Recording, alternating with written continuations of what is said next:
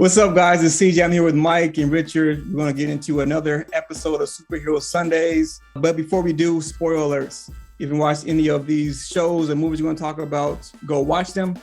Then come back. And when you come back and join us, make sure you like and subscribe, and helps us impact the community. So with all that being said, cheers. Let's go ahead and dive into all this. Man, Loki is over. The hype is still there, I think, man. Even after a week or two of being done, people are still going crazy about everything that happened and all the implications of Phase 4 for MCU. I'm still hyped. I'm still excited about what's going to come next. But episode 6, the finale of Loki it didn't disappoint. I was happy. It was good. Some great performances. It's kind of weird. The whole episode was like in one scene, but it was just like really entertaining, man. I'm gonna go with Richie Rich first, man. I know Mike got some good stuff to drop, but Rich, man, Loki's over, bro. What do you think about, man, the whole episode in general, or the whole show in general, and the episode, the finale? Yeah, well, Loki's over for now.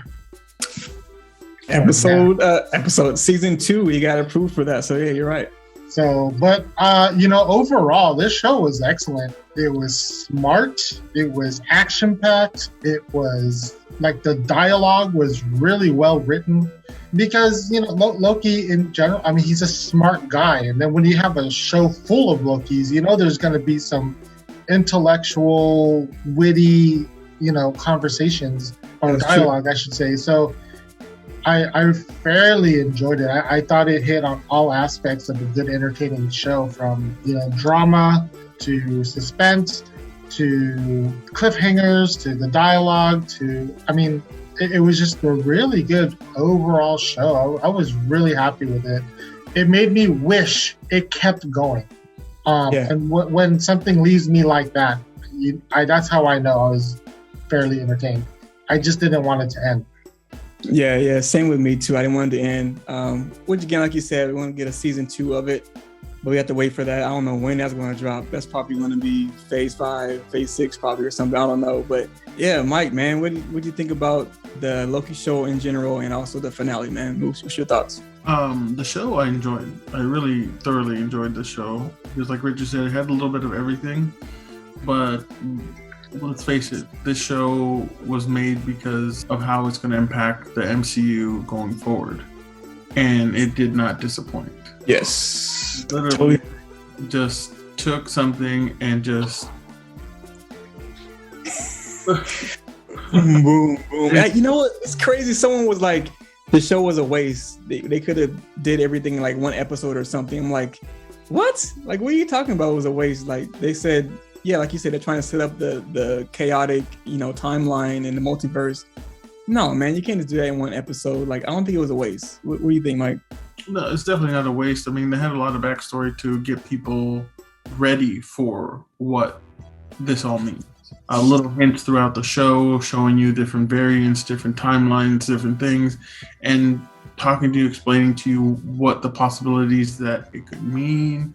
Like, everything from episode 1 to episode 6, if you really think about it, it kind of held your hand to the general public to show them how the multiverse works. It's true. And how in episode 6, in the very beginning, when it showed the cinematics, the Marvel cinematics, and it went through all the different sayings and stuff like that, and it showed all the stuff from the movies in one like black hole, and then it jumped to another and jumped to another. It showed kind of like the parallel universes. Yeah. And how they intertwine to be the sacred timeline right where the Citadel is. Mm-hmm. So it kind of did a perfect job of how it held your hand to make sure you're not lost. And, okay, this is what might happen. This could happen. This could happen. This could happen. Okay, now you know all this. Guess what? Boom. It's like leading you to like a test at the end. It's giving you all the information that you need, and then they're like, okay, now apply what you learned. Yeah, that's true. Like you said, it'll help us kind of figure things out in the future. But then it leaves a lot of questions, man, because of what actually happened in the finale. Like, I heard or I saw a comment, someone said, like, now in the future, like, you can't really question anything. Like, if they change a character, you can't question it. You can say the timeline switched. So, I mean, the character's black now, or the character's a woman now. Like that's why it's perfect. It's a perfect way to bring in variety. To not only bring in variety, but like you said, recast somebody. Yes. It's perfect. It's the perfect like explanation or quick like a scapegoat. It's a different timeline. It's this, it's Marvel, man, they do it so well. When people like, get pissed off, like with the different casting of people and different races. Mm-hmm. Marvel said, we're going to do that if we want to, but you can't question it. You can't say it's racist. You can't say we're trying to do this because of the culture. No, it's because it's written into our whole plan that we planned out. So we can take, if we have Captain America, we can make him black. Mm-hmm. We can take this character, we can make him a woman. And that's another thing is like the next thing that is coming up for the MCU versus series is What If. Everybody knew that was coming next, right? Mm-hmm. But if you really think about it, the whole multiverse thing that happened at the end of this episode or episode 6, What If is basically explaining the different multiverses and different things that could happen. So good. It's literally explaining like, oh, what if T'Challa was taken by Wandu and he became Star-Lord. Like, what if this and that and this and that? It's basically saying like, all right, multiverse, guess what? What If is coming in, and that's basically what the multiverse is. Yep. Again, They are holding your hand, taking you down the road, saying like, here, this is what we're doing. Here it is. Here's the next show. Have fun. They set up perfectly, right, Richard, man? I mean, why can't DC do that, man? It's like Marvel just do things so thoughtfully, and now, like I said, going forward, they can do whatever they want, but they did it the right way. But yeah, with people getting mad with DC trying to cast a black Superman and things like that, imagine if DC actually explained it or did something like Marvel did. Like, people wouldn't question it, right, Richard? What do you think about that, man? Well, because I think with DC is that the wars within themselves, right? You have a director who put his own version out, and then the production said,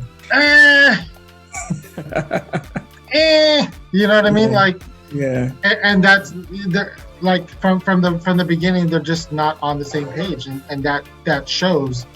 Whereas now you have Marvel, who's been doing this for going 13 years now or so, right? I don't even know, man. It's been crazy. It's been well over a decade, because most of the characters now have been playing their characters for a decade. So you think about all the game planning and casting and story writing even before they started filming. So they're all on the same page, and they're not at wars with each other, So yeah. And they're smart enough to make it relevant to today, for it to resonate with people today. And I don't know, that's why they're doing it right. They got the right cohesion, like in sports, if you like in football, for example, you want a good team, you have to have a good coach and a good quarterback to have a good successful team. So yeah, it's kind of like that. You got good production, you got good director, just make it happen. Good writers. Good writers, good all around. Just everything that they do is just so well put together. And it kind of, I'm gonna go on a little tangent here. It kind of really, I don't say it doesn't piss me off, but it kind of rubbed me the wrong way when people say Marvel isn't really cinema, or like other high-end directors or actors kind of say like, oh, that's garbage. Like they try to get on Black Widow, Scarlett Johansson, saying that's not real cinema, that's not real movies. Like it's garbage. I'm like, it's entertaining, but they make so much money off of this. Like, why would you fix anything? Why would you try to change anything or try to appease certain people? Just give the public what they need, give them what they want, but do it in a way that's really well thought out and put together really well. And Marvel does that. And again, it's comics. It's not something that's going to be, real life situations or something that's really going to hit home with you. Even though it can, Marvel does that really well, but it's fantasy stuff.